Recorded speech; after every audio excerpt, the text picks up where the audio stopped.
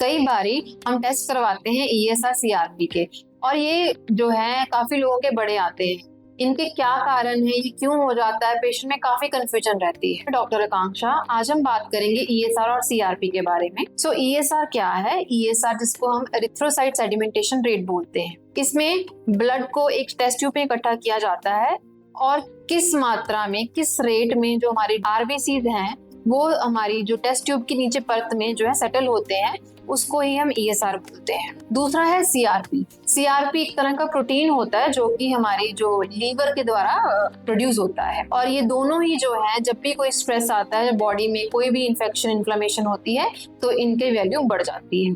अब इनके बीच में क्या डिफरेंस है? जो ईएसआर है वो ज्यादा टाइम लेता है जब भी कोई स्ट्रेस रिस्पॉन्स होता है बढ़ने में और कम होने में, लेकिन सीआरपी बहुत जल्दी बढ़ता है, और जब इन्फेक्शन या कुछ भी जो हमारे बॉडी में स्ट्रेस अगर खत्म हो जाए तो ये एकदम कम हो जाता है। दूसरा, ईएसआर टेस्ट जो है वो बहुत ही सस्ता है, सीआरपी जो है कॉस्टली है। तीसरी चीज ये है कि जो ईएसआर है इसको टाइम लगता है इसकी वैल्यू को आने में, लेकिन सीआरपी टेस्ट बहुत जल्दी ही हम उसकी रिपोर्ट मिल जाती है। चौथा जो है, जो ईएसआर है उसको हम एमएम पर आर में जो है वैल्यू देते हैं, और जो सीआरपी है उसको मिलीग्राम पर डीएल में देते हैं। अब इनके क्या कारण होते हैं, इनके बढ़ने के क्या कारण है? सबसे पहले जो ईएसआर है वो उम्र के हिसाब से बढ़ता है, लेकिन सीआरपी में ऐसा कुछ नहीं है, इसलिए हम सीआरपी को काफी स्पेसिफिक मानते हैं। अब इन दोनों के क्या कारण हैं, किन लोगों में ये बढ़ते हैं? इसका सबसे पहला कारण जो है फिजियोलॉजिकल, दूसरा कारण पैथोलॉजिकल है।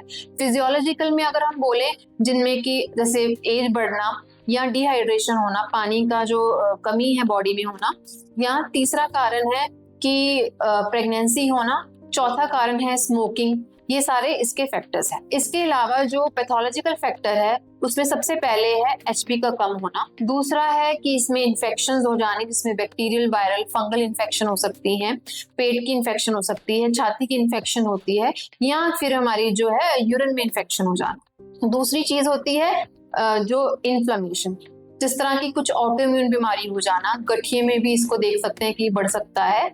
इसके अलावा वेस्कुलाइटिस में भी ये बढ़ सकता है। तीसरा कारण है विभिन्न कैंसर्स में भी ये बढ़ा हुआ दिखता है। अब इसका रूमेटोलॉजी में क्या रोल है? तो अगर हमारी बीमारियों में हम लगभग इनको डिजीज कंट्रोल के लिए, जिसमें हम रिमिशन बोलते हैं, और अगर डिजीज कंट्रोल नहीं है जिसमें कि फ्लेयर हो रहा है, इसमें लगभग हम इसे यूज करते हैं। इसका उपयोग हम इन्फेक्शन को रूल आउट करने में, और डिजीज कंट्रोल है कि वो बढ़ गई है, इसके लिए उपयोग करते हैं। अगर आपका भी ईएसआर या सीआरपी बढ़ा हुआ है तो अपने नजदीकी डॉक्टर को संपर्क करें।